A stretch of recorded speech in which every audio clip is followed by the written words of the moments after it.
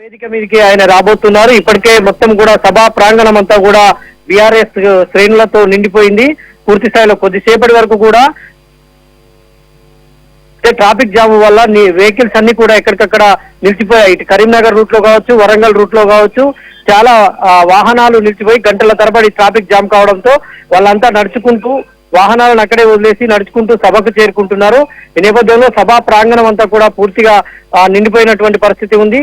కేసీఆర్ కొద్దిసేపటి క్రితమే బీఆర్ఎస్ రాష్ట్ర నాయకులు కేసీఆర్ కూడా సభా వేదిక మీదకి చేరుకోబోతున్నారు.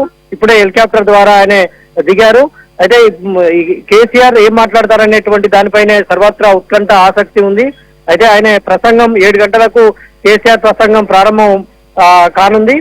అక్కడి నుంచి ఆయన 1 గంట సేపటి వరకు మాట్లాడతారని బీఆర్ఎస్ నేతలు చెప్తా ఉన్నారు. అయితే ఆ గంట ప్రసంగంలో కేసీఆర్ ఏం చెప్తారు, బీఆర్ఎస్ శ్రేణులకు ఏం దిశానిర్దేశం చేస్తారు, ఇన్ని రోజులు ఆయన కాంగ్రెస్ పార్టీ అధికారంలోకి వచ్చిన తర్వాత ఆయన విపక్ష నేతగా కొనసాగుతా ఉన్నారు. విపక్ష నేతగా ఉంటూ కూడా ఆయన ఎక్కడ కూడా పూర్తి స్థాయిలో గొంతు విప్పలేదు. దడపాగా బయటికి వచ్చి 1-2 సందర్భాల్లో కలిసారే తప్ప పెద్దగా ఆయన ప్రజల్లోకి చొచ్చుకెళ్లినటువంటి సందర్భం లేదు. అయితే ఈ బీఆర్ఎస్ రజతోత్సవ సభగా వేదికగా ఆయన కేసీఆర్ ఏం చెప్తారు, ఏం మాట్లాడతారు అనేటువంటిది ఉత్కంఠగా ఉంది. దీనికోసం బీఆర్ఎస్ రాష్ట్ర నలుమూలల నుంచి బీఆర్ఎస్ శ్రేణులను రప్పిస్తోంది. ఇంకా సభకైతే చేరుకుంటున్నారు. పెద్ద మొత్తంలో ఇటు కరీంనగర్ వైపు, ఇటు వరంగల్ వైపు నుంచి వచ్చేటువంటి వాహనాలన్నీ జామ్ అయ్యాయి. పోలీసులు ఇక్కడ సభలో అనౌన్స్మెంట్ చేసిన తర్వాత పోలీసులు అప్రమత్తమై ఇప్పుడే ట్రాఫిక్ ను క్లియర్ చేయడంతో వాహనాలన్నీ కూడా 1 వేలో, అంటే ఆపోజిట్ వే కాకుండా 1 వేలోనే మొత్తము పంపించడంతో కొంత ట్రాఫిక్ పోలీసులు క్లియర్ చేసినటువంటి పరిస్థితి, వాహనాల మూవ్మెంట్ జరగడంతో అందరూ కూడా సభకు చేరుకుంటున్నారు. సభ మొత్తము పూర్తిగా నిండిపోయినటువంటి పరిస్థితి కనిపిస్తా ఉంది. అయితే కేసీఆర్ కంటే ముందు ఒకరో ఇద్దరు నేతలు కేసీఆర్ సభ మీదకి వచ్చిన తర్వాత ఒకరో ఇద్దరు నేతలు మాట్లాడేటువంటి అవకాశం ఉంది. మొత్తం కూడా కేసీఆర్ పూర్తి స్థాయిలో మాట్లాడతారు, ఈ సభను ఉద్దేశించి ప్రసంగిస్తారు అనేటువంటిది బీఆర్ఎస్ శ్రేణులు చెప్తా ఉన్నాయి. అయితే కేసీఆర్ ఏం మాట్లాడతారు, ఈ సంవత్సర కాలంలో కాంగ్రెస్ ప్రభుత్వ వైఫల్యాల పైన మొదటగా ఆయన బీఆర్ఎస్ పార్టీ రజతోత్సవ వేడుకల గురించి ఆయన చెప్పే అవకాశం ఉంటుంది.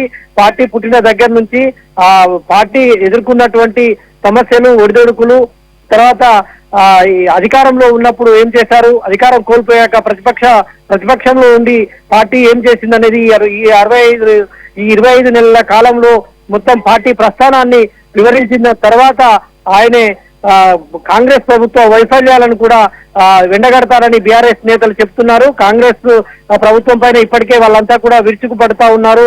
ప్రభుత్వం వైఫల్యం చెందింది, 6 గ్యారెంటీల పేరుతో ఏమి ఇవ్వలేదని ఇప్పటికే బీఆర్ఎస్ నేతలు చెప్తున్నటువంటి నేపథ్యంలో కేసీఆర్ కూడా కాంగ్రెస్ ప్రభుత్వం మీద మాట్లాడేటువంటి అవకాశం ఉంది.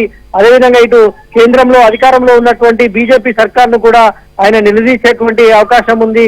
మరి టీఆర్ఎస్ నేతలు కావచ్చు, ఈ సమావేశానికి వచ్చేటువంటి సుదూర ప్రాంతాల నుంచి, ఇటు ఆదిలాబాద్, నిజామాబాద్, భద్రాచలం, మధిర సుదూర ప్రాంతాల నుంచి, అంటే తెలంగాణ వ్యాప్తంగా అటు మహబూబ్ నగర్, నల్గొండ నుంచి కూడా పెద్ద సంఖ్యలో వాహనాలు, బస్సులలో వివిధ రకాలైనటువంటి వాహనాలు, కార్లు అన్నిట్లలో సభకు చేరుకున్నారు. అయితే ఎండ ప్రభావం అయితే ఇవాళ చాలా వరకు కనిపించింది.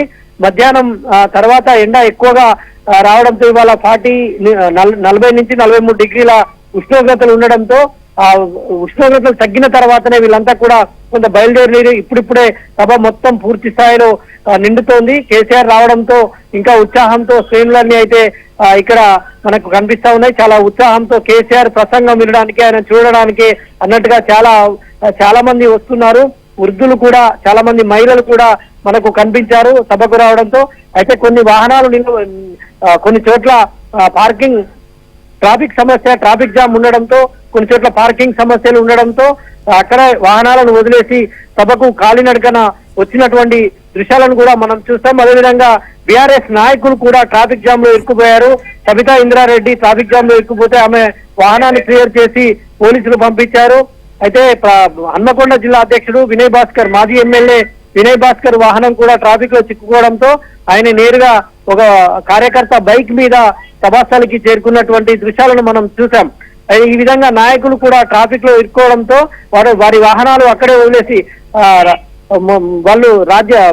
వాళ్ళ వాహనాలను అక్కడనే వదిలేసి ఖాళీ దారిన సభకు చేరుకుంటున్నటువంటి దృశ్యాలు మనకు కనిపిస్తున్నాయి. ఇంకా వాహనాలు వరంగల్ రూట్ లో ఇంకా వాహనాల తాకిడి అయితే ఇంకా కనిపిస్తా ఉంది. పెద్ద సంఖ్యలో వాహనాలు వస్తున్నాయి.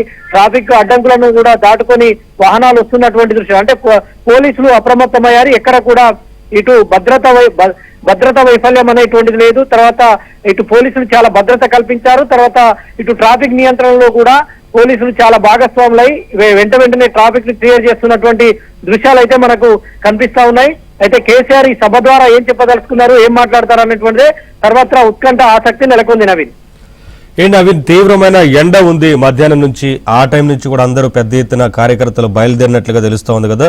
మరి ఎటువంటి ఏర్పాట్లు చేశారు, ఇటు మంచినీటి సౌకర్యాలు కావచ్చు, ఇతర వాటికి సంబంధించి?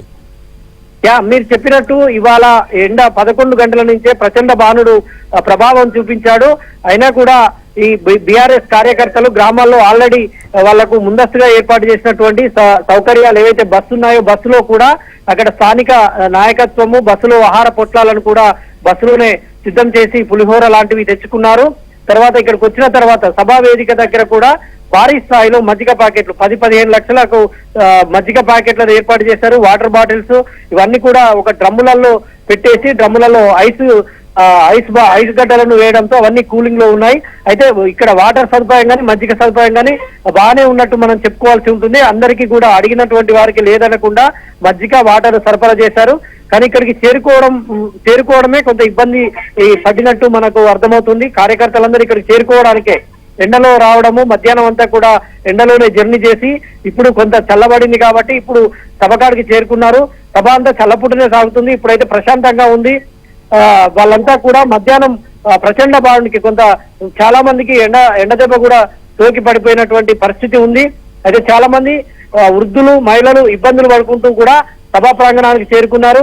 కొంతమంది నిన్న మొన్ననే కాలినడక ద్వారా, ఎద్దుల బంధుల ర్యాలీ ద్వారా, సైకిళ్ల ద్వారా కూడా వాళ్ళంతా నిన్ననే కొంతమంది సభకు చేరుకున్నారు. ఇంకా వాహనాలు వస్తూనే ఉన్నాయి. వరంగల్ రూట్ లో ఇటు దేవన్నపేట, హన్మకొండ జిల్లా దేవన్నపేట వరంగల్ ORR మీద ఉన్నటువంటి టోల్ ప్లాజా దగ్గర కొంత ఆలస్యం అవుతుంది. అక్కడ టోల్ ఛార్జ్ తీసుకోవడం వల్ల కొంత ఆలస్యంగా వాహనాలు అక్కడ జామ్ అయినటువంటి పరిస్థితి ఉంది.